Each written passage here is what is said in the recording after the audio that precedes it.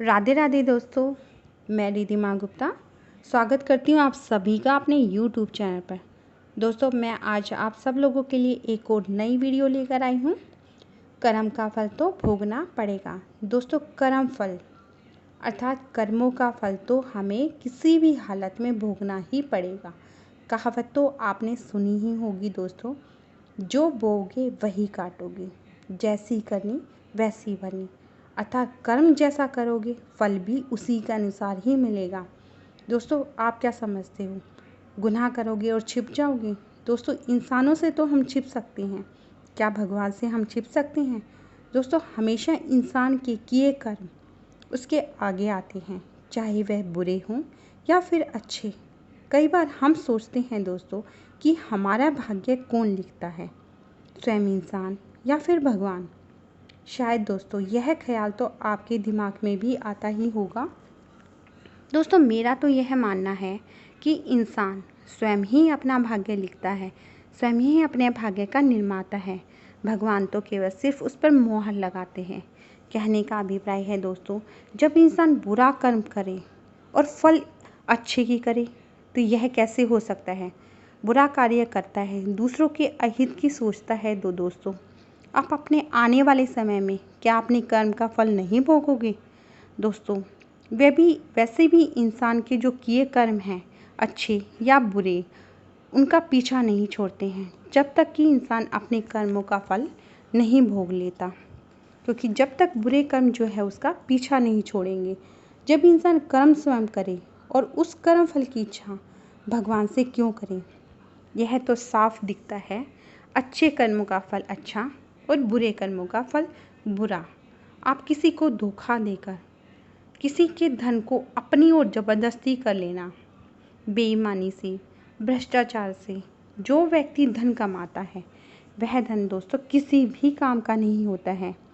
जो धन आप अपने नीच कर्मों से कमाते हैं वह धन जो है आपके कभी काम नहीं आएगा। आपको एक सच्ची घटना बताती हूँ जो अभी हाल ही में किसी के साथ घटित हुई। एक पति पत्नी और उसके 3 पुत्र थे। बाप बहुत ही बूढ़ा हो गया था, सो बड़े पुत्र का विवाह करने के बाद पिता का देहांत हो गया। बड़ा पुत्र उम्र में दोनों भाइयों से बड़ा था, सो बड़े पुत्र के ऊपर दोनों भाइयों को पालने की बहुत बड़ी जिम्मेदारी आन पड़ी थी। परंतु बड़े पुत्र और उसकी पत्नी ने बड़ी ही समझदारी से अपने परिवार को संभाला। बड़े भाई ने बड़े लाड़ प्यार से छोटे भाइयों को पाला पोसा, उनको पढ़ाया लिखा और उनका विवाह बड़ी ही धूमधाम से किया और सोचा कि दोनों भाई अब मेरी बहुत अच्छे से देखभाल करेंगे, मेरा बहुत सम्मान करेंगे।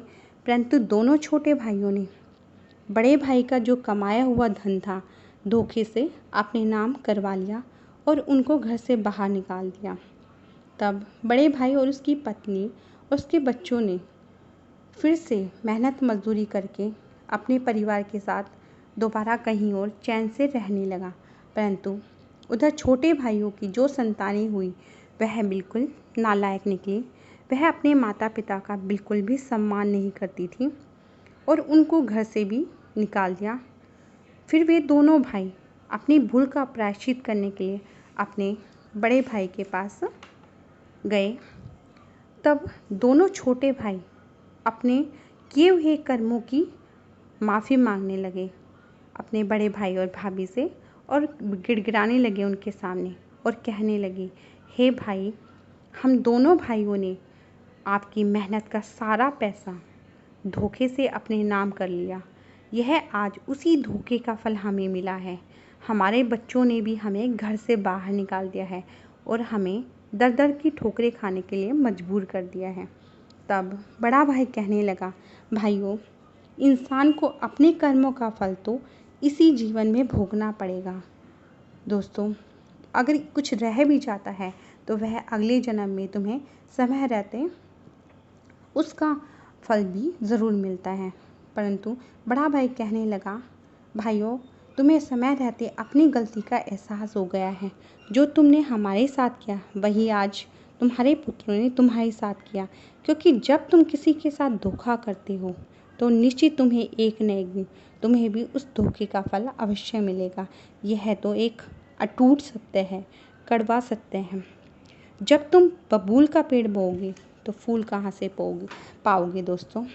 कथनी और करनी का फल तो हमें यहीं भोगना पड़ेगा। हमारे द्वारा बोले गए हर शब्द, हमारी हर सोच हमारे कर्म है। हमारी सोच ही हमारी कर्म का रूप ले लेते हैं, क्योंकि बुरा बोलने से और बुरा सोचने किसी के लिए तो एक न एक दिन वही शब्द तुम्हारे पास ज़रूर लौट कर आएंगे। दोस्तों यह तो कर्मों का विधान है। दोस्तों अगर आपको यह वीडियो पसंद आती है तो प्लीज़ दोस्तों मेरे चैनल को लाइक कीजिए और शेयर कीजिए और ज़्यादा से ज़्यादा चैनल को सब्सक्राइब कीजिए दोस्तों, और बेल आइकन को भी प्रेस कर दीजिए। धन्यवाद दोस्तों। श्री राधे राधे दोस्तों। हंसते रहिए, मुस्कुराते रहिए। आपका दिन शुभ हो। नमस्कार।